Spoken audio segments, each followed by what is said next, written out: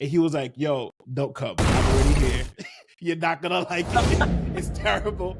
Don't even waste your time. And I was like, that's my guy. The fact that he valued my time, the fact that he understood what I wanted, that made the process easier. That I bought my home, excited. Welcome to a special exclusive interview with a very special man who's celebrating his 5-year anniversary of being a real estate agent. 5 years. It's crazy. I'm going to give my testimonial first, just to start off the podcast. Man, when I bought my home, I was like 2 years, just moved to DC, still in my early 20s. Didn't really know much about the process. Didn't really know much about real estate agents, whatever. So I got a real estate attorney. She was great. But we kind of, hit a rough patch. It didn't work out, which is what we're going to talk about, like how it works when you got clients and the real estate agent relationship isn't really working out. One day she was like, hey, I can't come with you to go see a house. I'm actually going to send like one of my mentees. I was like, all right, cool. By that time, I was already like annoyed with the whole relationship so far. I was like, all right, cool. So in comes Ken, Mr. Making It Happen. And from the jump, I feel like he understood exactly what I was looking for. He understood the process I was in and the mode I was in. It was very patient and understanding. And from the jump, I knew it was going to be a good relationship. One of many stories, and then I'll get into it, that I knew that this was going to work. When I officially made him my real estate attorney, I was at work and he would call me up during like my lunch break. It was like, yo, we got a house to go see. Like, can you take time off to go see? And I was like, bet. So we was doing this for a couple of weeks. I'll just like take my lunch break, go see a house on the other side of DC and come back to work, yada, yada. This is the day I knew. One day he hit me up and he was like, yo, don't come. I'm already here. You're not going to like it. It's terrible. Don't even waste your time. And I was like, that's my guy. Because other real estate attorneys in the previous ones, I just felt like they were just showing me stuff just to show me, knowing that like, that's not what I want. Like, why are you even wasting my time? But the fact that he valued my time, the fact that he understood what I wanted, that made the process easier. That I bought my home, excited. He threw me a whole like party, a home buying party. It was amazing. His whole team was amazing. Yo, I got this house come through. I was like, bet. I'm getting my stuff ready. I'm packing up my stuff. He called me back in like 10 minutes. So all that to say, we're here to celebrate a very special, amazing real estate attorney.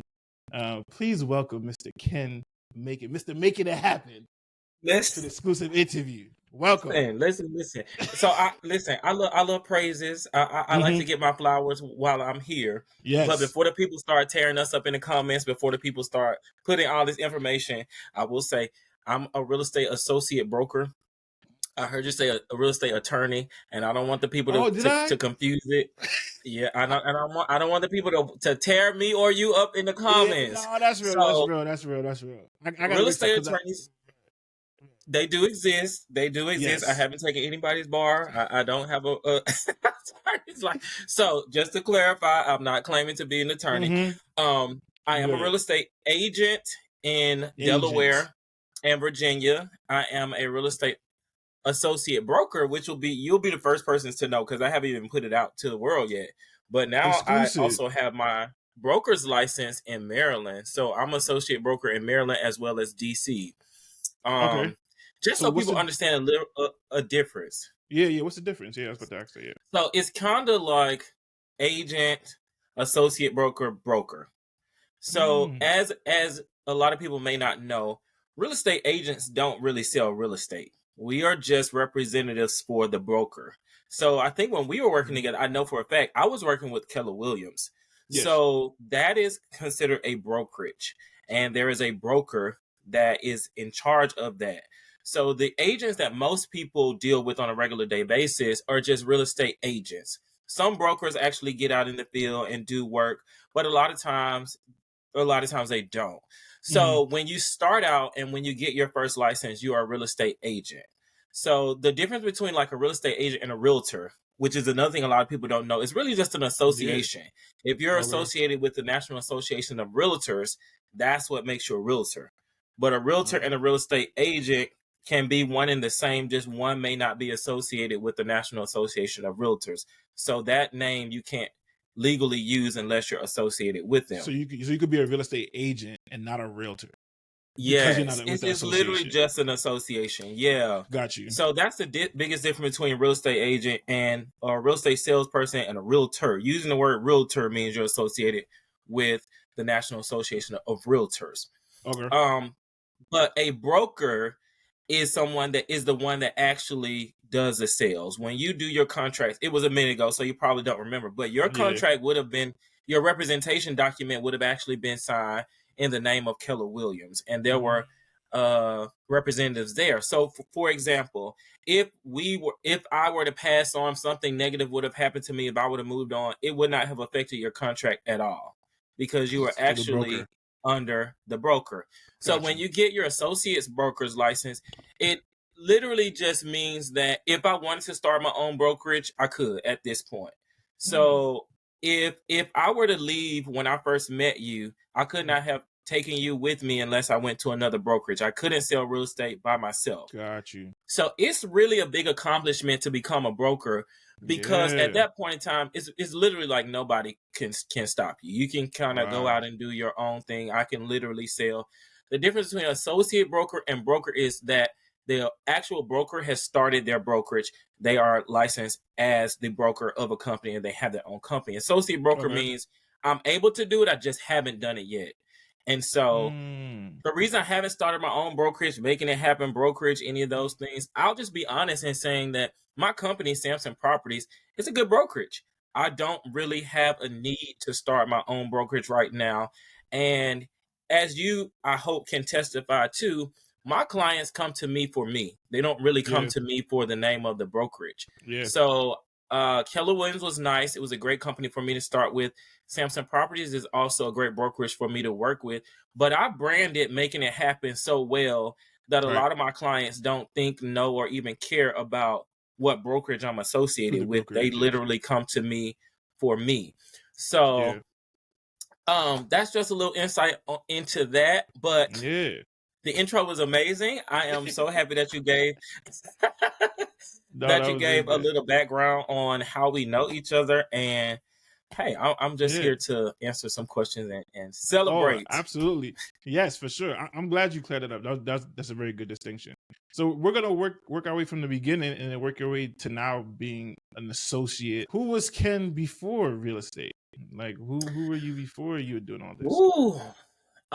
So I will say this to keep it on a lighter note. We'll just say Ken has dibbled and dabbled into a lot of things. Honestly, I have done a lot of things. I've done customer service jobs. I've done collection jobs, serving jobs, hosting jobs, entertainment jobs. I've literally done a little bit of everything. And I hope I'm not jumping ahead of your question, but I feel like that's what gave me my foundation in real estate. I had worked with so many different peoples and been through so many different arenas in the workforce that it was kind of easy for me to navigate meeting people and talking to people. So that's kind of a young Southern guy from Alabama. I'm from Tuskegee, Alabama. As a lot of people may see on my advertisements, it says Christopher Ken Macon. Ken is a part of my middle name. I don't give out my full middle name because it is a bit unique for me, and I don't like everybody to have it or everybody to know it. Facts. I don't give my middle name either. Like, I make it D. It's Akeem D. Earle. Like, there you go. Like, you gotta know me to know my middle name. That's too much information. Right. That's too much information. Documents, exactly. But yeah, that's and the reason why I do Christopher Ken is two reasons. Really, one, to be honest, the law says. And I always confuse it. It's between Maryland and DC. It's been so long since I had to know it. But one of them do not allow you to use an alias. And even though Ken is a part of my middle name, it's either DC or Maryland. I don't know which one. I can't remember. It doesn't really matter at this point. But they don't allow it. So I started out as just Christopher Macon. But I've been use it as an alias on what? Like real estate documents? So it's illegal. So for in DC or Maryland, again, I can't remember which one. Ken Macon is illegal for me to use as a realtor. You have to use your legal first name and your legal last name. They don't allow aliases. So they wouldn't allow me to put Chris Macon because that's also an alias. You have to have legal first name and legal last name. So to kind of negate around it, I started doing both. I just did Christopher Ken Macon. And so when people call me, they'll be like, Christopher, is this Ken? I'm like, yeah, either one is fine. But even before I got in real estate, I kind of dumped my first name a little bit because you when we first met, you were like, I go by Ken and not Chris. Growing up in the South was different. I'll say that. Growing up in my family was different. For those that don't know, I am one of the LGBT agents. So times were different back in the South. And when I grew up, I didn't know anybody to relate to in my family. I didn't have anybody in a close circle to relate to. So I felt like my childhood and my early teens were a bit harsh. So a lot of people don't understand. Ken is who I developed to reinvent myself. It is still my middle name, but when I got to a place where I felt like I wanted to ditch all the negativity that happened to me as a younger, in my childhood or in my teenage years, shredding that name was shredding everything associated with it. So that's kind of where I just started going by Ken all the time. And that's kind of who I was and how I kind of got to using Ken instead of my first name. No, sorry, it kind of broke up a little bit. So I was saying, childhood, is everything good now? Yeah, everything's good. Okay, childhood wasn't the best growing up in the South. And everything negative that kind of happened to me from a child to early teenage years was associated with Christopher. And I wanted to kind of shred that and to shred that part of my life, to reinvent myself and to associate myself with something different. I just kind of started going with my middle name. And again, I didn't want everybody to know my full middle name, so I just took the first half, which is Ken. And that's where Ken came from. No, that's good. That's good. So when you finally decided on real estate, was it like you knew at that moment, like, this is exactly what I want to do? Or you were like, this is another thing I'm going to try out. And if it works, it works. If not, I'm going to something else. That's more where it was. That's really where it was. It was something that I looked into. Honestly, I looked into it and I honestly heard nothing but bad things about it. I heard how hard it was, how little people got paid, and how often they went without working. And so I kind of just ditched it. And prior to becoming a realtor, I was recruited or asked to join a lot of insurance agencies as a salesperson. But knowing that those jobs were commission only, I was never interested. I was never interested because I was used to stability. So I wanted something that I knew how many hours I had to work. I knew how much money I was going to bring in, and just knowing was better. So when I thought about real estate, it was the same thing. It's just like, okay, you don't know how much money you're going to make. You don't know what's going to happen. So I didn't. I took a cabin trip with a group of guys, and I met this guy who told me he was a real estate agent. He's my mentor. His name's Norman. I met him, and he just gave me a completely different perspective on it. He spoke so highly of it, and he even offered to kind of help me get started. So he said, if you want to do it, I'll get you information for the classes, and I'll show you the way. Pretty much is what he said. So at that point in time, I was driving Uber and Lyft, and that stuff, man, people think it's good money, which it is, but it's good money with you doing 60 hours a week. Right. It's good money with you all the time, having no off days. It's good money with you working day and night. So the funny and crazy thing is, I used to work at a bar. So I would drive Uber and Lyft from like 6 and 7 in the morning, and then go to real estate school about 9. We get out of real estate school at like 6, I think we got out. I would go home, take a nap, and then I got up and had to be at the bar at 9. So I was literally getting like 3 and 4 hours of sleep for like a month, because I still wanted to do real estate school, and I still had to drive and work, at the bar in order to make the money that I was making. So it was something that I finally devoted my mind to, and I got in there, and that's what got me started. How long was real estate school? I think mine was 5 weeks. I was taking the in-person classes because I'm not self-motivated when it comes to school. I hate school. Kudos to you guys who have gone on and gotten these big degrees and went to college and all those. Yeah. I am a very intelligent person in school. I always did well. I even passed the exit exam for high school. I think when I was in the 9th or 10th grade, they gave it to us really early for a couple of us that were eligible to take it in advance. So I took it. I took it prior to, but I didn't graduate high school. I actually dropped out of high school in 12th grade because life again was hard and there was a lot going on. 12th grade. Dang, you was right there. I went to school 3 days in the 12th grade year. 3 days. 3 days. And Dang, I was so you couldn't do it. You're like, I can't even finish this out. This is ridiculous. Too much. honestly, and again, I want to keep this focus on real estate, so I don't go too far into it. But I was kind of homeless at that point in time. I had to. Life was lifing, and it was a lot going on. So it was just like, okay, I could go to school, but it's not helping my living situation. So I left that and had to actually go get a job. I lied on my application, said I was 18, and next thing you know, I'm working at Burger King. So that was life.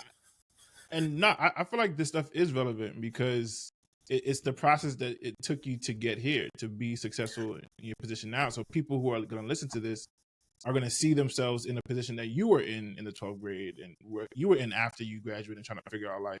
And they're like, yo, I've seen somebody who made it. I'm seeing somebody who figured it out. So I do think that's definitely helpful. I do want to ask about the guy who mentored you. How important was that? Because was there somebody who poured into you before that, who tried to introduce you to a certain profession before that and try to help you along, or was that the first time somebody really invested in your growth? And see, I want to be careful with my words because I don't want to hurt anybody's feelings that was there. Life was hard again. I hate to keep saying, but life was hard. No, and being on my own at 16, I moved out on my own at 16, which kind of led to the dropping out of high school and starting to work early and all that good stuff. Life from there was kind of just a fight. It was a fight to survive, a fight to make it. So I think here or there, I did have people to chip in a little bit, but at the point where I met him, no, it was kind of just, I was supposed to move to the DMV with a friend, and that friend changed their mind about living in the DMV, and they went back home. So by the time I got here, I was thrown into a world of make it or break it, and I had no choice but to just fight. So at the time that I met him, it was a time where it was good to see somebody have some I guess I don't know the word I want to use. It was because he didn't really know me. So it wasn't he was trying to help me out of a certain situation. I think that God sends people your way for a specific reason and at the perfect time. So at that time where I just needed something different in my life, he just came out of nowhere and it was just everything that I needed. Yeah. It's sometimes odd when people help you and they don't know you. It's like, you think like, was there like some hidden agenda? But it's like exactly, certain people are just not like that's how people are. That's how it's supposed to be, and that's how messed up this world is. Like that's supposed to be normal. That's it. That's it. And then when you come across somebody who really just genuinely wants to help you because they see potential in you and they want to see you grow, that's an amazing feeling. So that's it. And he tells me even to this day, he says, I see me in you. He says, you are me. You, when I met you, I could see me in you. Even when it comes to real estate, inside of and outside of real estate, he always says to me, he says, you're a younger version of me. I see me in you every time I see you. So I think that's what kind of led him to want to help. But I agree with what you said. Even growing up, every time somebody did something for you, it was always something behind it. So it was kind of hard to accept something from somebody that I did not know. And I'm grateful for it. Even to this age, it took therapy for me to actually open up and allow people to help me. So that's definitely true. And now you're helping other people achieve their dream of buying a home. Look how God works. So I do want to talk a little bit about when you first started. You said you talked to people and said how hard it was. Now I don't want to use the word oversaturated, but there's a lot of real estate agents. So how was it going into a space where you feel like a lot of people are doing this thing? How are you able to separate yourself? in this field? Amazing question. So guess what? I have mentored a person or two here since I got there, and that's it. When I started, a lot of people didn't think I was going to be successful at it, and the reason is because what you just said. Real estate and the real estate market is oversaturated, and what we call it is a sphere of influence. That is the people you're able to kind of reach out and touch. And generally with real estate, it starts with your family and friends. But keep in mind, as I mentioned, when I moved here, I literally came here by myself. I didn't know anybody. I didn't know not a soul, no family, no friends. I knew one person. I was moving to Oxon Hill. I knew one person who lived in Waldorf.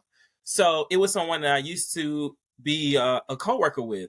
And she was kind of motivating for me to continue to come. But at that point in time, we didn't have like a really close-knit friendship. We just kind of knew of each other and we used to work together. So I still really kind of felt like I was moving here alone. So when I started real estate, it was really kind of said, well, it's going to be really hard because you don't have a pipeline. You don't have any sphere of influence to get you to going. So the one thing that kind of kicked in was the whole time I was here 2 years before I started with my real estate license. The one thing that I already knew set me apart was the fact that I was from Alabama. I talked a little different and I conducted myself differently from the people in the DMV. Something as small as speaking to everybody that comes close to me. That's just something we're taught in the South. We're taught, if somebody comes in close proximity, you just say hello. I moved to the DMV and people started looking at me like I was homeless. Like, what do you want? Like, why are you talking to me? Like, waiting for me to ask for something. But when I got in real estate, that was already my number one. It was the fact I'm not going to shake who I am. I'm going to be me, and I'm going to allow that to kind of set me apart. So that was my initial thought. And then as I got into real estate and I started seeing how people did things, I always tell people, you don't have to reinvent the wheel in order to spin it differently.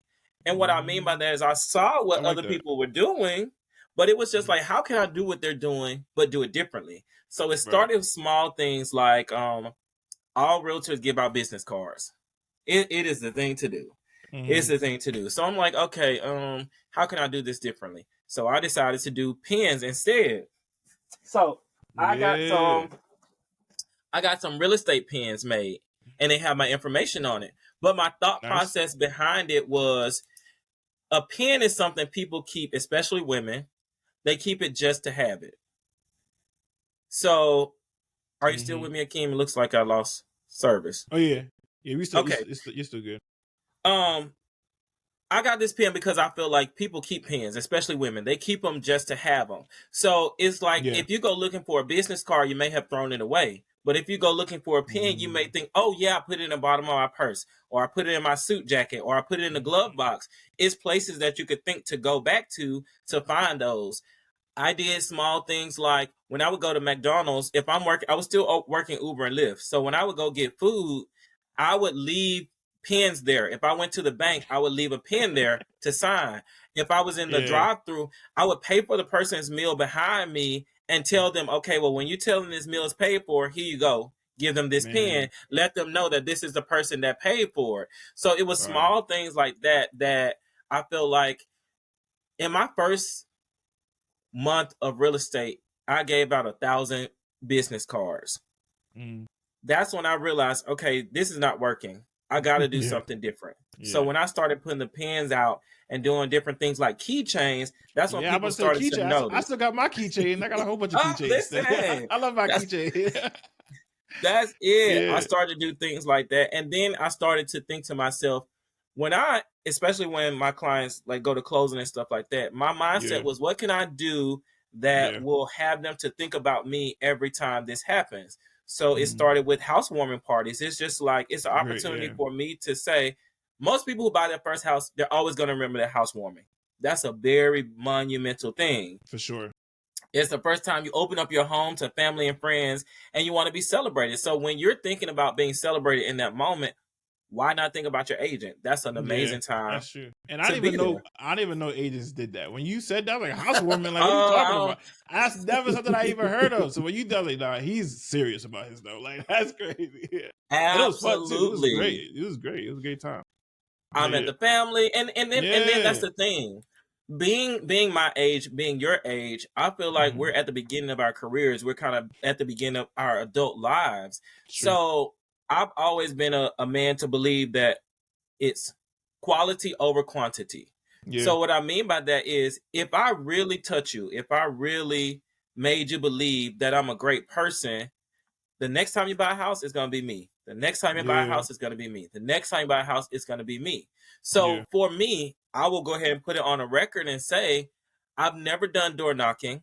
I've never done cold calling. I've never done any of those random advertising things outside of, like I said, the McDonald's things and fast food things. But a lot Yeah. of things agents do, I never did them because I've always focused on actually being really good agent to my clients and letting them Exactly. refer me other business. So Yeah. 95% of my business over the last 4 years has literally been referrals, and that is like the biggest blessing that I could ever ask for.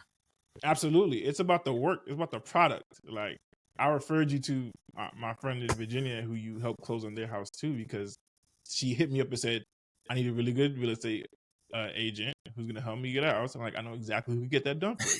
It's like, it's about the work, not so much like you said, the door knock. Because if people think like, if I just do a lot of these little tactics, then I'll get a whole bunch of clients and make a lot of money. But they're not focused on like, how well is your actual work? Like, how dedicated are you actually doing a good job instead of getting a whole bunch of names? So that's really, really good. So getting into what you fully do. So like, describe the work of a real estate agent. What's the day to day on a Tuesday? You wake up at 7 a.m. What do you do first? Like, what is the day of a real estate agent like? The good thing and the bad thing, and this is where the catch-22 comes in. When people say, and I won't just say this for realtors, I'll just say this for any entrepreneur. Most entrepreneurs, when we tell people we don't have a schedule, that in their head correlates to always available. That's not really what it means. That is not what it means at all. Keep me up for the airport at 11 a.m. You got nothing to do.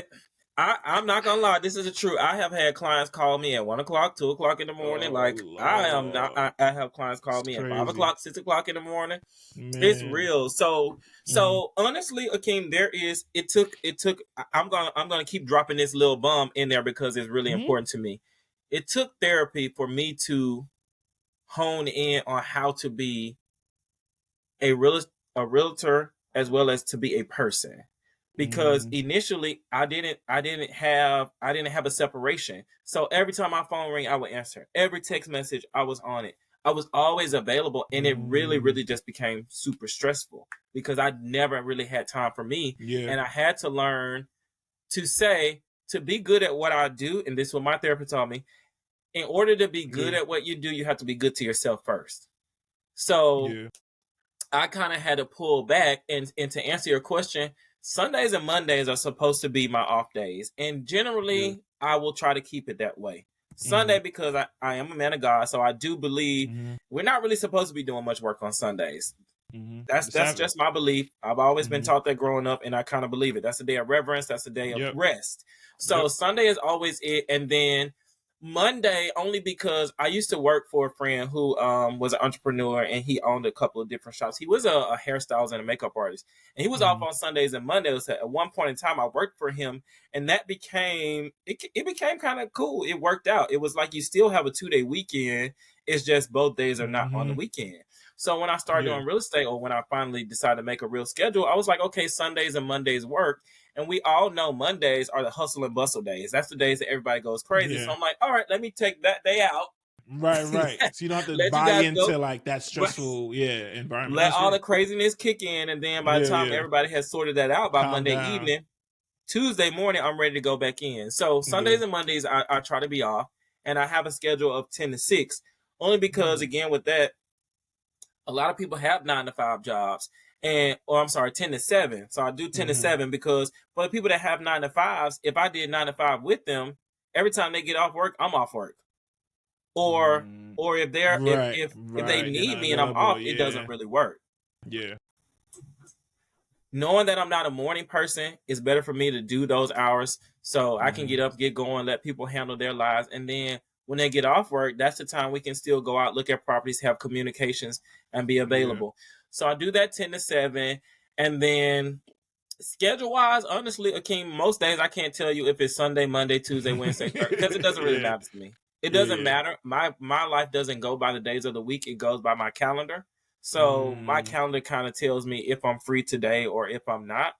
And that's pretty much it. I'll wake up, take a look at that calendar, and then that's kind of how I plan my day. But the best thing I learned when I was working at Keller Williams was that our calendar is our life.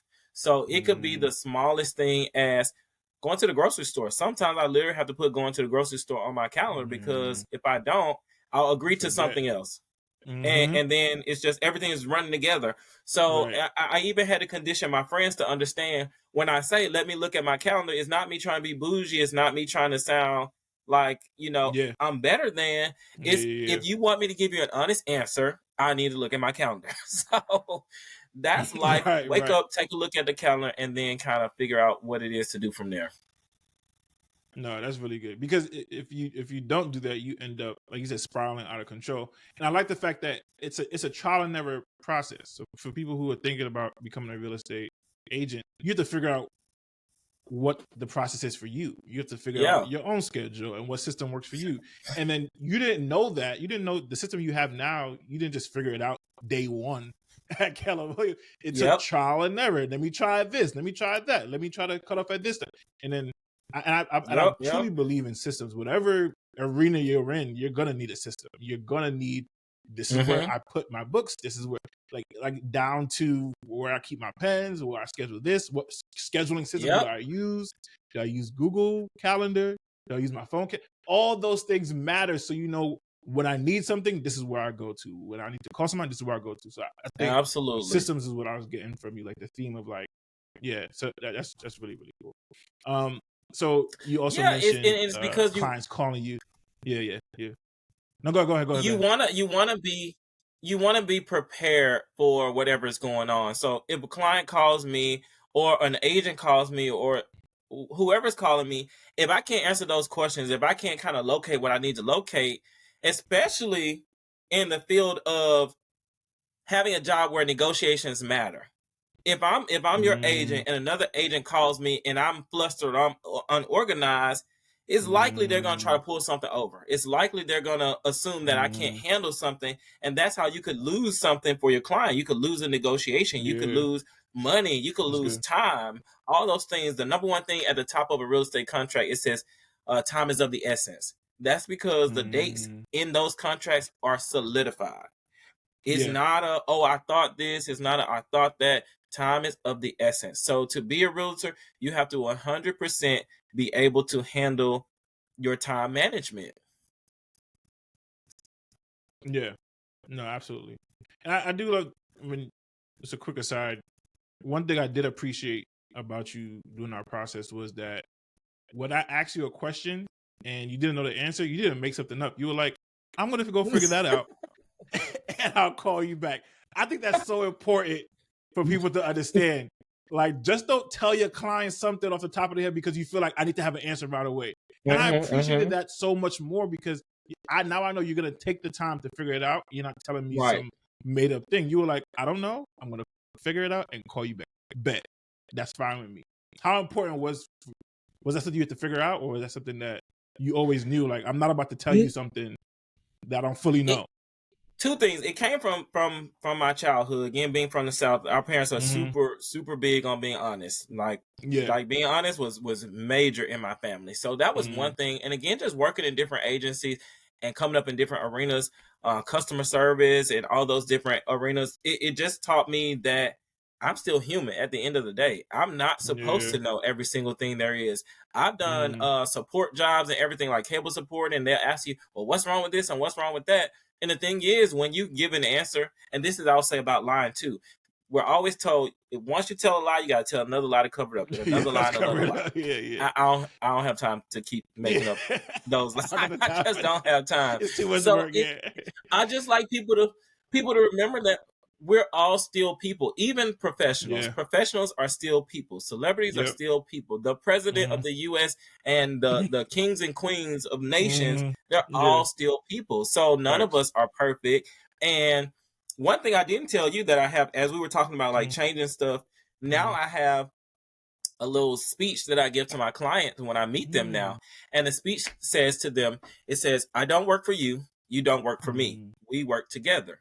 And I like to tell my clients that because at the end of the day, it's the client who is purchasing this property. They're making this big decision. So you don't want your clients to feel overwhelmed. You don't want them to feel like they can't talk to you, because that's going to lead to them not wanting to work with you again. That's going to lead them to having buyer's remorse because they purchased something that they didn't want to purchase just because they didn't tell you no. That's going to lead them to offering or something or pulling out of something. So I make it known from the very beginning. You talk to me like an equal. So when I also have to come to you and say, okay, you're not being realistic. It's not because I'm over you. It's not because I'm the professional. It's not because I have the final say. It's because we're equals, and I should be able to communicate with you equally as you should be able to communicate with me.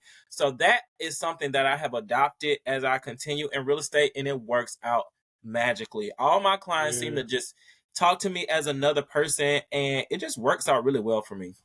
Man, that's perfect. That's perfect, because that's the next question I was going to ask. Like, how do you deal with difficult clients? How do you deal with this relationship? It may not even be that they're difficult, but it's that y'all just don't mesh. Like, how do you deal with clients where like the relationship is not it's not working, it's not going to work out? How do you deal with those things? Perfect question. I'm gonna put a little spiritual in there, and I'm gonna put a little professional in there. It's all good. Throw it all in there. Spiritually, I know that what's for me is for me. What is for me already has my name on it. It took me some time to actually accept that. And the reason why I needed that was because, especially starting out, again, I felt like I had to be ready for everybody and do everything that everybody said and just be there. And that was driving me crazy. Professionally, it took me understanding that people are different, and there could be two great people that just do not mesh well. There are people in the world who are amazing at what they do, but they just can't collaborate together per se. So in my career, I have not only been fired by clients, I've also fired clients.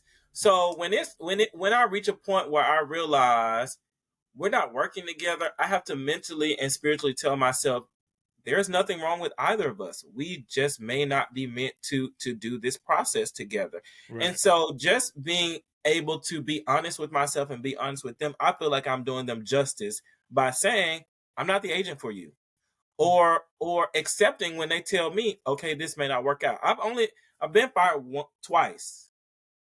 One of them, I really don't know why. The other one was simply because I just was not available 24/7. I say this to a lot of people.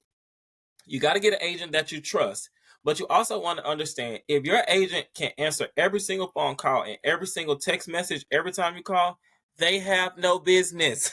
They have no business. You their only client. You are their only client. I don't know if that's good or bad. It could be time wise. You could have just gotten in at a good time. So I don't want to say that's always a bad thing. But for agents that are really hustling, really going, really, really going, I just don't have time available to answer every single call, every single time that you call. You can guarantee I'm going to get you the right answer. You can guarantee I'm going to get back to you as soon as possible.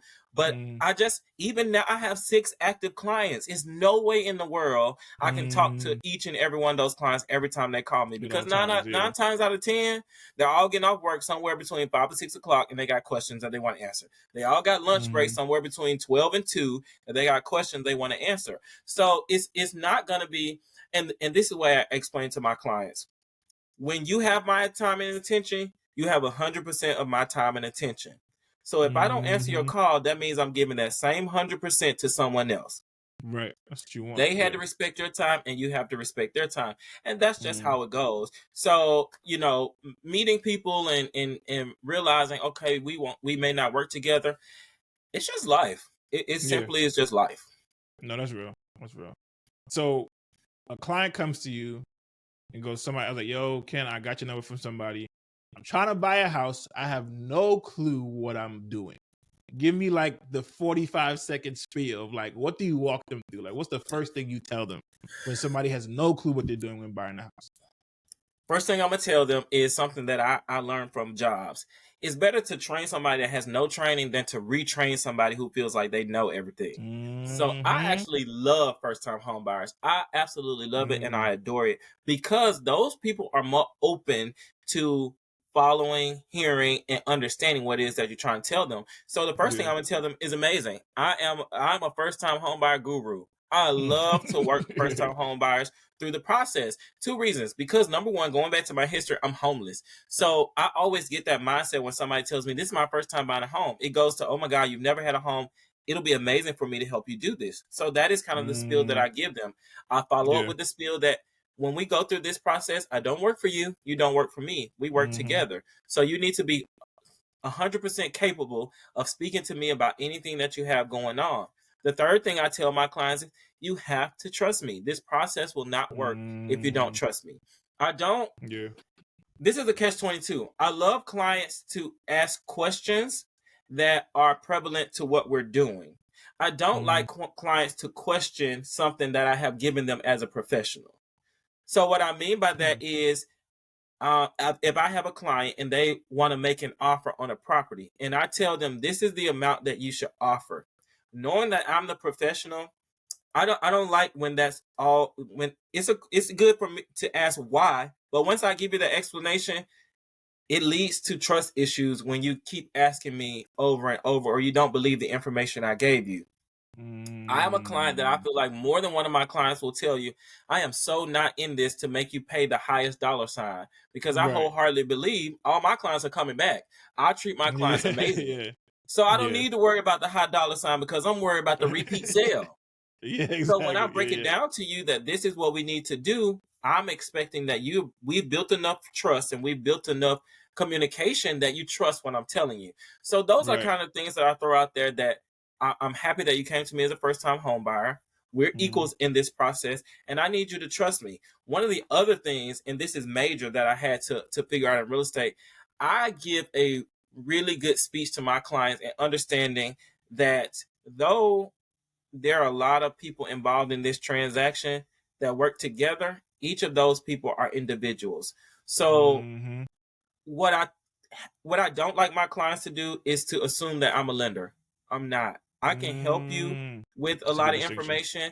I can help you answer some questions, but the lending aspect of buying a home is completely separate from the real estate aspect when it comes to your agent. They handle things that I have no clue about. A lot of times I don't know what my clients do. I don't need to know what they do for a living. I don't know how much money they make. I don't know their credit scores. Right. If we have a conversation before I introduce you to the lender and you want to tell me those things or I ask you a couple of those things just to make sure this is a good time for me to refer you, then yeah, I'll send you over. But even if I ask you, starting out, I'll say to you, how long have you been on your job? A lot of times I won't even ask my clients what they do. What they do doesn't matter. Only reason I'm asking them how long is because they have to be employed for 2 years before they can get qualified. But what you do specifically does not matter to me. What their credit score is, a lot of times I'll just say, do you have a 580? Do you have a 600? Knowing the actual credit score is not really something that I deal with. That's what the lenders deal with because it's part of your interest rate. When it comes to inspections and things like that, I literally try to tell my clients from the beginning, the same relationship you build with me, I want you to individually build a relationship with that lender because there are going to be conversations, there's going to be information exchange, and there are going to be a lot of things happening that I have nothing to do with. And I need you to know, understand, and trust them enough that they are going to treat you the same way I'm going to treat you if I refer them to you. But putting me in it just creates a third party that does not need to be there.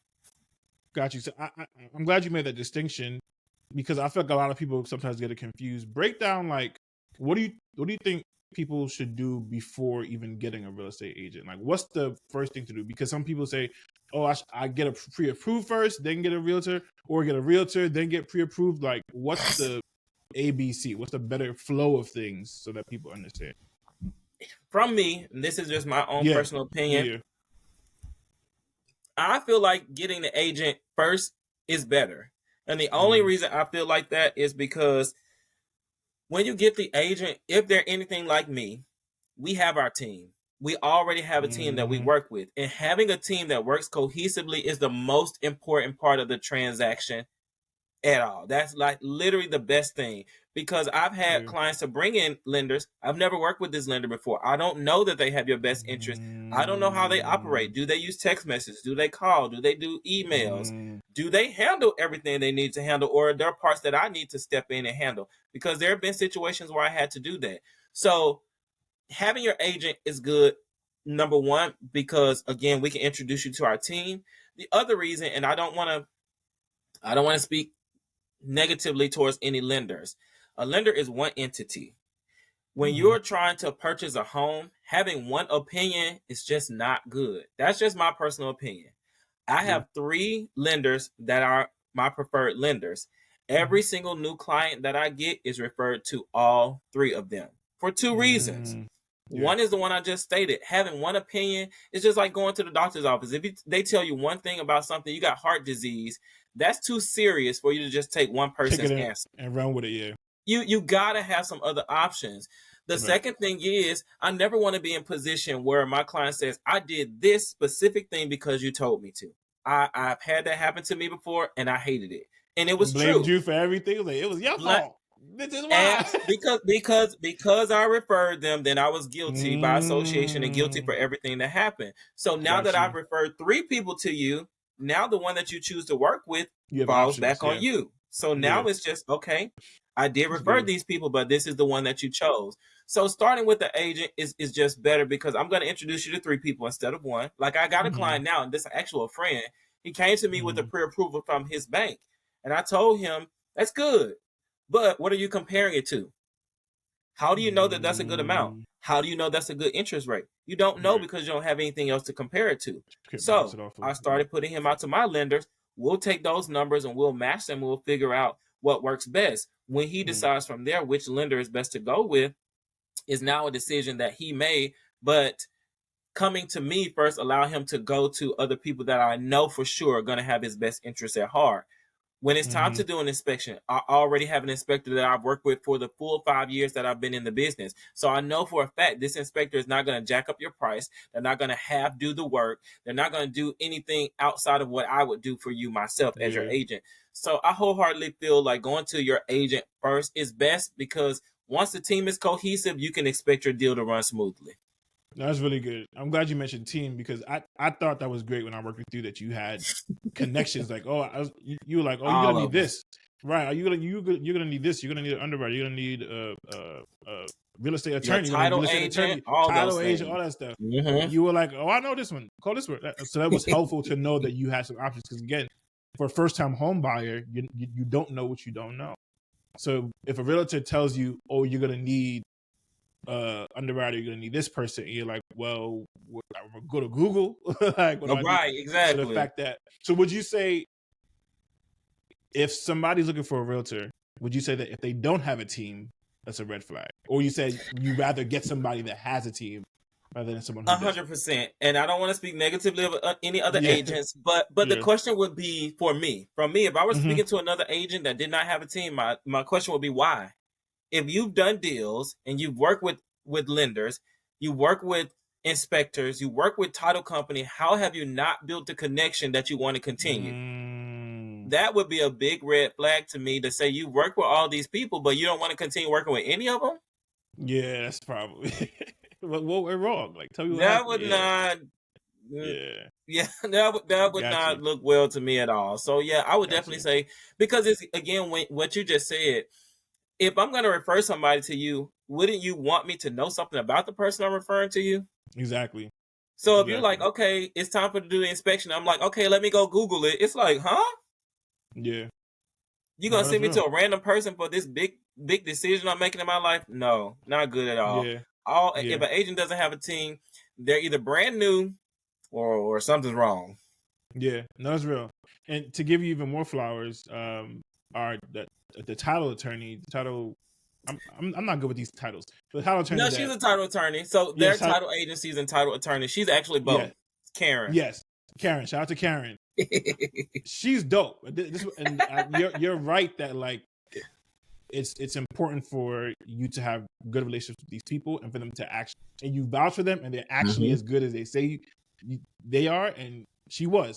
So we had a great conversation about just the law in general, along with Mm-hmm. her doing a great job in my closing. And Tone, my wife, recently had lunch with her Mm-hmm. like the other day, and they're building a good relationship and are gonna go into some business together too. So like, this is not just home buying; like these are real Right. relationships that people are building, and that only could have happened if it wasn't for you. So just to give you some more flowers. Oh, To let you know that receive. you really killing it out here. This is what 5 years gets you. It gets you actual results. So the thing I feel like a lot of people want to know when it comes to buying a home in 2024, these interest rates, man. Like these interest rates are high. Like, what are you telling clients who are saying, "Yo, I want to buy a house," or "I want to get a new house, but I don't want to give up my interest rate now"? Like, how do you manage these waters of high interest rates since the pandemic? Thank God I got locked in a really good one. Okay. You and me Pre-pandemic, both. pre-pandemic, glory to God, we got locked in. But people who are trying to get these homes now, trying to sell homes now, I think the interest rate right now is like close to 7%, 6.8%. How are you navigating clients through these high interest rates? Knowledge is power. That would be my Mhm. answer to that. And what I mean by that is the sad part about real estate is people only remember what was relevant to them at the time of needing it. So people Mhm. who are looking to buy a house now, they were having the idea within the last 2 or 3 years. Mhm. In the last 2 3 years, interest rates went to an all-time low, 2 to 3%. So anybody looking today or looking in the near future are going to remember those numbers. Yeah. So what I'm doing is educating them on the fact that that was an unprecedented time. That is not a normal. Mm. That is not a normal Mm. at all. Interest rates are typically 9 10%. Even before that, they were much higher. So Mm. it's good to educate people on understanding that 7% is still a good interest rate. There are people Mm. who have vehicle loans with interest rates higher than 7%. Very So true. it's not Very true. as crazy. It's just the fact that it's the Me Too thing of, okay, well, somebody just got 2% last year. Yeah, okay, good. But People on social 5 years media ago, flaunting they somebody got 3%. Yeah. 10%. Yeah. Yeah. 5 years ago, somebody got 10%. So you to get 7%, they're probably looking at you like you got. So I just try to educate people and let them know that 7% is really not as bad as it seems. And the bigger part, especially when it comes to my first time home buyers, paying a 7% interest rate and gaining equity in yourself and in your home is better than paying no interest rate to a rental where you're getting absolutely no residual from. You're getting no Mm. equity from. You're getting nothing to your name from. So it's better to go ahead and get in, build your equity, start making those payments towards yourself and towards your future, because everybody Mm. that's paying uh rent is paying mortgage. You're just not paying your mortgage. You're paying somebody else's mortgage. Mm. So Mm. whatever the interest rate is, you're still paying it. And then a big thing that kind of I think people forget is um there's so many benefits that comes from owning your own home. So regardless of that interest rate, buying a mortgage even at 7% is still going to be cheaper than renting, because when you rent from someone, they have to build in that comfort of what happens should you mess up their property. What happens because you need the convenience of being able to Mm. move in for a year and move out. So rent is always going to be higher than actually purchasing. And Mm. the equity that you build, and I want to give a small piece of story. I sold a foreclosure Yeah. to a couple 2 years ago. They stayed in it and they sold it. We just sold last November. They left the Nice. table with $240,000. Ooh. Nice. I have a client now. He was my very first sale. Very first sale. We sold. So Mm. I sold him his house 5 years ago. We sold. I think we purchased at 380. We're under contract, scheduled to close on February 22nd for 495. So that's Wow. $110,000. So the Yeah. thing is, he got that money by doing nothing but living in his house, just living Yeah. there, Yeah. nothing extra that you really have to do. So that's one of the best Mm. things I point out to my clients is you imagine your home as your personal piggy bank that is continually Mm. gaining money for you when you have to do nothing extra other than just living inside of the house. That's the best way that I try to explain Yeah. it. No, that's good. 'Cause I know that for us millennials, it's in terms of like inflation and just like the market right, the money right now. It just feels like people are talking about the.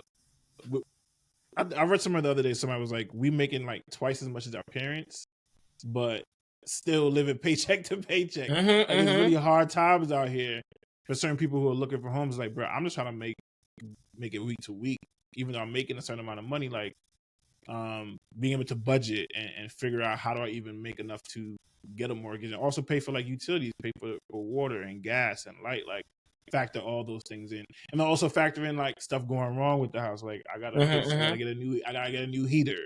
I gotta figure out something that broke and gotta get that fixed and figure out home warranty, all that stuff. Like how do you ease somebody's doubts when it comes to those things? So a couple of those things is having hard conversations with ourselves. A lot of times when we're talking about the amount of money we make versus the amount we spend, sometimes we got to reevaluate our lifestyle and the way that we live, because it is definitely evident that a lot of, and I don't know where all our interview is going to go, but I'll just say it, a lot of Black people, we live above our means. It really is. And my pastor talks about it all the time. It's just, if my neighbor gets a new car, now I got to get a new car. When instead you should have just went and washed your car, or maybe you should have went and got a paint job, or you should have got it detailed or something along those lines. So the number one thing is just making sure that you're mentally prepared for home ownership. And notice I didn't say financially. There are professionals out there to do that. The bank will generally qualify you for less than what you can really afford. I tell my people that all the time.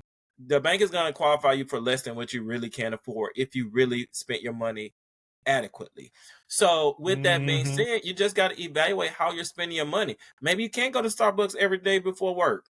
Maybe you just can't. You got to get you a Keurig at home. It works just well, and it's going to be half the price of Starbucks. So that's the number one thing, is just to make sure that buying a home is something that you really want to do, so that it's easier when you need to make those decisions about, okay, I can't have Starbucks today. I can't go out to eat this week. Just doing that and building those budgets is really it. Even coming from Alabama, when we were in school, we didn't really have financial classes that taught us about balancing your bank account and different things like that I feel like we should be doing more in the US, so that people are prepared for these things. But that's kind of it. Our parents made less money, but they had less things. We make more money, we have more things. So it's really and truly how you look at it when it comes to how you spend your money. But when it comes to things about like fixing the house and the things that may go wrong, it goes back to what I said just a few minutes ago. You're still paying for that regardless. So I'll give you a prime example.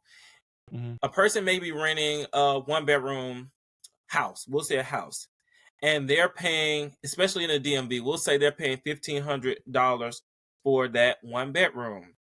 The actual mortgage on that house may be $800. It may be $900. So every month you're giving away another $600. So what could you do with that extra $600? You could save it. Number one, you can save it for the things that could go wrong when you're in a house. The other thing that you can do is you can buy a home warranty. A home warranty may be $100 a month. You're still saving another $500 per month. So every way that you spend that money when you're renting, that money can in turn still be used when you're buying to cover those issues. Your home warranty, it covers small things inside your home, but you also have homeowners insurance that covers the larger things inside your home. So regardless of how both of those are spent, so let's say they were $100 each per month. Now you're paying $1,000 per month if you're the owner versus you're the renter. You're still paying $1,500, $1,600 per month. You're losing that $500 or $600. So when people ask me about, okay, what happens when something goes wrong? You have to be an adult. It's time to do your adulting and prepare. Save that money or put something in place. I have a friend in New York that said, well, New York's they kept their apartment in New York because they got the concierge and they got all these other things. Guess what? For that extra $600 a month, I can get somebody to come sit on my porch and bring me my mail too. Fact. I can absolutely get somebody to come bring me my mail for $600 a month. Tell me I couldn't. No, it's true. It's true. That's so good. Like the discipline is important because I know for me, even the initial process of buying a house, stuff was coming up. First of all, when you're going through your underwriting process and getting pre-approved, they tell you don't do anything crazy, don't spend nothing, don't use your credit card. So you're gonna have discipline. Like if you have issues with swiping all the time, you're gonna have to stop because if you really want this house, you got to stop. Yep. You can't buy no big purchases. The earnest money deposit is $1,000. The inspection was another $300. The appraisal was $200. And going through and there's things that just coming. I'm like, dang, I gotta pay for this. I gotta pay. and it took discipline. Like I couldn't get all the Starbucks, and I couldn't go buy that pair of J's. Like there were sacrifices I needed to make, and then we get to the down payment and figuring that out. Like thank God I went through a home buying process program, but it's like you're right. You needed to have discipline just to even get through the process of buying a home, much less when you finally get the mortgage and have to pay for insurance, all that stuff. Like the process alone forces you to be disciplined with your money, and that's going to carry over. Yeah, and you just got to think about your future when you're buying a house because a mortgage itself usually. Most mortgages are 15 years, 30 years. There are a couple that are 15 years and different things like that. But you got to realize when you're buying a house, you're signing up for a minimum 15-year commitment. You got to have a mindset that you're ready to commit to something. But another little nugget I throw out to people is your mindset when you're renting is completely different from your mindset when you're on a home. For something as small as like going out a lot. When we're renting, we already know how much that's going to cost. We want to go out. We want to get out of the house and we want to do these things. But when you buy a house, your mindset changes. That's your comfort space. You want to stay at home. You want to host. You want to do different things to fix up your house how you want it to be. So once you put yourself in that right mindset, owning your home and being in your home is just, even when it comes to the small things about like making changes, when you can get into your own place and you say, wow, I don't really have to ask anybody about painting this wall. I don't have to ask anybody about changing around this layout. I don't have to ask anybody if I want to knock this wall out. Those things alone will encourage you to be in the house, to make those decisions that you need to make so that you can afford the lifestyle that you want to live inside of your own home. Man, that's good. That's good. So I want to take it now back to where you are now. 5 years in, you're now an associate broker. What does it feel like to be 5 years in? Coming from being homeless, figuring out what you want to do, you finally decide on being a real estate agent, and now you're 5 years in. You damn near a vet. You damn near a veteran in this joint. Like, tell me about some reflections you've made during these 5 years. Honestly, I do feel like a bit big time, only because to know the numbers, most real estate agents don't last 18 months. So, yeah, that when you said it's oversaturated, it really is. So, last research I looked at anyway said most agents are kind of out within 18 months. And then last year alone, they were saying like tons of agents, I don't know the specific number, but tons of agents got out. So just from my personal experience, being 5 years in is a personal accomplishment because this is I did debt collections for 5 years. So this is kind of just met up to the longest job or career I've ever had. And the funny thing is it feels still new because the thing that I don't think people realize is every person is different. So every time I meet somebody, I have known the process, but I don't know this person. And I take in the fact that when I did customer service and when I did collections, that's one of the main things that they taught us. Especially I worked in a call center. We had one speech that we had to say all day, every day. So to us, it was the same thing over and over. But every person called in was brand new. So it was brand new to them. So that's how I feel when I meet clients. It's just like, I've done this process. I've helped somebody buy a house before, but to the person coming to me today, especially their first time home buyer, this is their first time. So it feels brand new because I do get to do it over and over with different people. But it does feel like I've been in it forever because, again, a lot of people haven't made it. And then mentally, and I think you'll get this from like the perspective of what you do for work. I think mental working trumps physical working anytime. Only because when your physical body gets tired and you slow down or you sit down, you take a break, mentally it doesn't quite work that way. When I'm tired and I don't want to do something, if I haven't actually accomplished it, my mind's still going. It's still going. So being in real estate, that's one of the things. Like when we start a transaction, we honestly can't stop thinking about it until it's closed. So that's something that we have to always stay conscious of. I have to continually check emails, check the phone, check text messages, all those different things. So it's a catch-22 because it's fresh, it's new. I love meeting new clients and hearing their stories and helping them to create new futures. But it's not as easy as just taking somebody to see a house and writing up a contract. There's so much that goes into it because you're literally affecting somebody's future. So being in it this long, it's really just an accomplishment to say that I have helped. I think the last time I looked at it, 36 families. That's big, man. Listen, when you think about it, that's a lot of lives to have touched. Like selling somebody's house is impacting them tremendously. Like this is not just speaking to 36 people. Like, no, I've literally affected people's livelihoods. And it's just like in my 5 years, I have done out of that 36, I think at least 33 were buyers. Somewhere between 32 and 33 were buyers, and only 3 or 4 of them were sales. So it's me trying to sell somebody else's house. So like I said, it still sometimes feel fresh. The last house that I just sold, it was so refreshing. Like I made a little video on Instagram that said, "Do you realize people let me put my face on their house? Like what kind of stuff is this? It's crazy." Yes.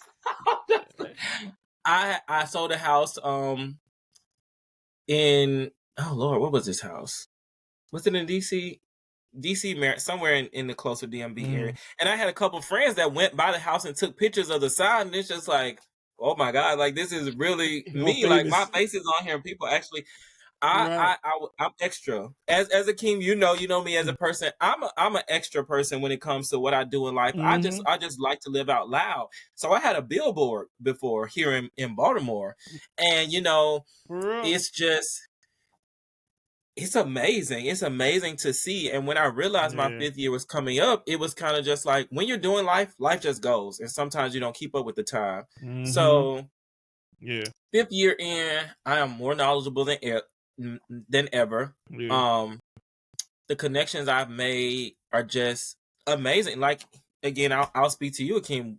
I still talk to you as if we're still going through the process. I sold your house 3-4 years ago. For real. Like I love having that connection. So being in and knowing that people literally trusted me with very big parts of their life is motivating. I get texts from clients all the time that just like, I'm so happy that you were able to help me. And it's life changing for me just as it is for them. And it is the motivation that I need to just keep pushing. So at this point in life, it's just, I want to do bigger. I want to do better. I've ventured into investing. So I've flipped one property and now I'm in the process of flipping another property. So what that means to me is going to allow me to help even more people who want to do investing instead of just buying and selling. So getting my broker's license, as of today, I don't have the desire again to open my own brokerage just because that's overhead that I don't need. I pay Samson Properties $50 a month, and that's it.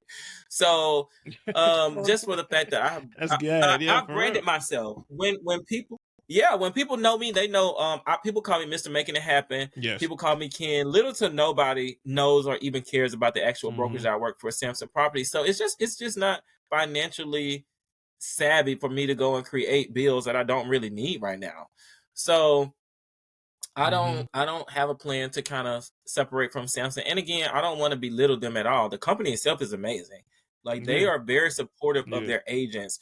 When it comes to advertising, promoting, all that stuff, they're really great. So I don't want to belittle them at all. But and my 5th year will be at our brokerage. It will be at one of our locations in Bowie. So again, the brokerage is amazing. That's why I'm with them. I don't have a desire to move. Like I even today got a call, email, and a text. Call, email, and text from Compass.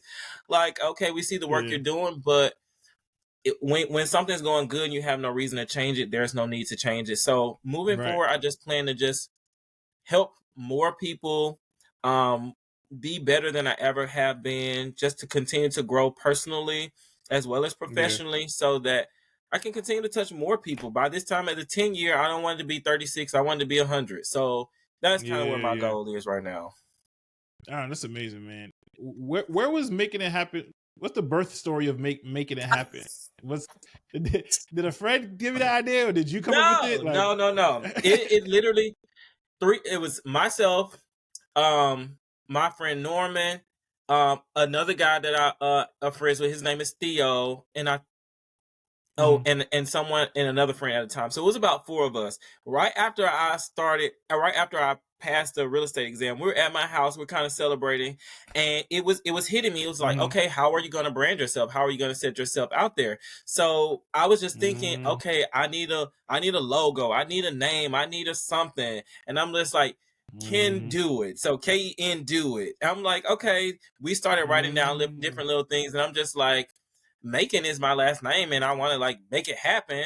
So I literally was just like, okay, making it happen. That's what we're doing. And I don't know, it came out of nowhere. I put it out there, and it's just been there. The thing that kind of made me angry, though, and funny little piece before we go. I'm from Macon County, so that has always been super, super funny. Macon is my last name, and I'm from Macon County. And now where I live in Baltimore, I live off of Macon Street. The next street over is Macon Street. It was meant to be. Macon, it was all meant to be. Macon is huge in my life, but the funny thing is, I went and I branded, I started putting it on Facebook, and then I look back, and there are already people from back home who are making it happen, but it would be for like sports and stuff like that. So it's in a different arena, but it's just like this thing has already existed. I feel like I've just taken it to a different level. I won't say bigger or different, better, but I have taken it to a different level, and I think I put it out there. And the other thing was just to pay homage to my pops, my family, our family name. I always wanted to get us out there. Being from the South, we didn't get our I don't feel like we always got our just due. We didn't always have the ability to step out there and to have things, big nice things. So it was my way of saying, hey, we're here, we're making it happen, and you're gonna know who we are. So that's me paying homage to my family as well. Man, that's dope. And so that goes to like my last question. In terms of branding and you say your presence on Facebook, you're very active on social media and making sure that you're putting out content. Like, when did that become important for you as part of your business? Honestly, it kind of became important when so another part that I do feel like I learned from Keller Williams when I first started was to know your brand and to know who your brand fits. And what I realized when I got in was that my brand fit people of my age, and it fit people. So I always say the LGBT community, the Black community, those are like the biggest that I have. I have clients of different ethnicities, and of course I have heterosexual clients. So that's great. That's dandy. I love it. But if you don't want to work with me for either the fact that I'm LGBT or I'm African American, then I don't want your business. So those are kind of my primary things. So when I got out there, I realized social media is the way to reach the world. That's just how, even when I was doing entertainment and different things prior to becoming a realtor, that was the way that I was meeting people, communicating with people. Like I have Facebook and Instagram friends I've never met in person, but I literally talk to them as if I've known them forever.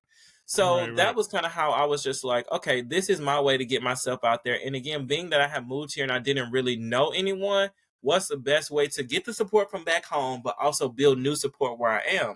Social media was it. And it became prevalent when I realized, just like anything else, consistency matters. So it was just like you drop something here, you drop something there, especially with these algorithms that social media uses, you're going to get lost in the sauce. So, you know, I don't want to tell all my secrets, but I have an assistant that helps me do. A few gems. Yeah. Yeah. No, that's dope. Well, congratulations on 5 years, man. I'm so proud. I'm ecstatic for you. I'm so happy for you, and it makes sense that you're in this space because I've seen the work that you put in. Like the reason I know you're good, and I think this is important for everybody here, is like it's not just you have a great personality, you have a great story, but it's like I seen you put in the work. I knew that you were gonna get me my house because I saw your work ethic. I saw how hard and dedicated that you were at your job. So I know this is the space for you because you're so good at it, you're killing it, and I know the 5 years is going to be better than these last 5. So congratulations on 5 years. Do you have any final words for the Making It Happen? I Audience? do. I'm gonna go to what you said previously. It stuck out to me and something I want to push out to the world. Absolutely. We all have to find our own way, regardless of what arena we choose to go into. And nothing against anybody that has gone out and did their degrees and did all those other things, but this kind of goes to the people who don't want to go that route. The reason I'm sitting here is because these are my accomplishments. They're not college degrees, but I have a Delaware license, a Virginia license, a DC license, a Maryland license, a Notary Public license, a title insurance attorney license. I have built myself up, and it did not come from college. So this message just goes out to people who say, yes, I want to be a business person. Yes, I want to be an entrepreneur. Yes, I am professional, but I just don't like school. School is not the only route to making something of yourself and building your business and building your brand. When I was in middle school, I always told my parents and my friends I wanted to be the president of the United States because that's what I wanted to be when I was growing up. Of course, that didn't happen, but I became the president of my own company. So I still became something successful. So no matter what the world is telling you, no matter what's going on, you don't have to love school in order to become a professional, in order to build a career for yourself. So shoot for the stars and just remember that together, we're always making it happen. Hey, making it happen. Let's go. Good stuff, man. That was amazing. Great job. And see, that's why I wanted Akeem. I knew that the connection we have, it could be really authentic. And that's kind of why I wanted you to do it. Somebody that I knew that would be able to ask questions, relate to it, and just be able to, just lead the... And again, this goes back to you. These are your flowers. I have never stopped watching you from when you were my client. And it's just like the spiritual aspect of it, as well as the professional aspect of it. I know you're human, so you got some drama somewhere in your life, but I've just never seen it. I've never seen it, and that's who I want to be. I don't get into drama. I don't do the extra stuff. Like people are gonna talk, and life is gonna happen. But it's more so how you conduct yourself in that time. So your flowers to you is I've always seen you be on the up and up. You've always been positive, and I've just been watching you grow, and I've just been loving every part of it. No, I appreciate that, and I still got the card you gave me from when we closed. You said inspirational leader. That's who you are, and I have that on my wall along with my other quotes and stuff like that. I appreciate that. For real, you've always been supportive. You've always been pouring into me outside of the home buying stuff. So, and that's why I'm always gonna refer you, my guy. Like at the end of the day, if somebody comes to me about a house, it's always gonna be Ken. We be making it happen at all times, man. And guess what? You sent me my high. So they were my highest sale to date for a week.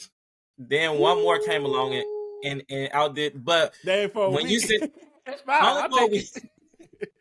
but listen, so they're still in my top 2 highest sales of all time. So nice. I'm like, amazing, and they love you, She texted me. Amazing people. Thank you so much for recommending him. Like he's amazing. Yeah. So no, man, of course. I feel like you might need to start you a little podcast because this was fun. Like this was fun doing because I'm not against it. It's fun because I have a lot more questions because we didn't even get into like the weeds of just like the whole process in certain terms. I think there's information people need, right? And I think it's dope that you get to speak about what it takes to be a real estate agent, and then the clients that you're helping. You're informing them at the same time. So you're inspiring real estate agents while also informing the public. Well, guess what? I'm not against it. I've done a couple podcasts here or there. So listen, let me know when we want to do part 2. We can do part 3 and 4. I'm open to all of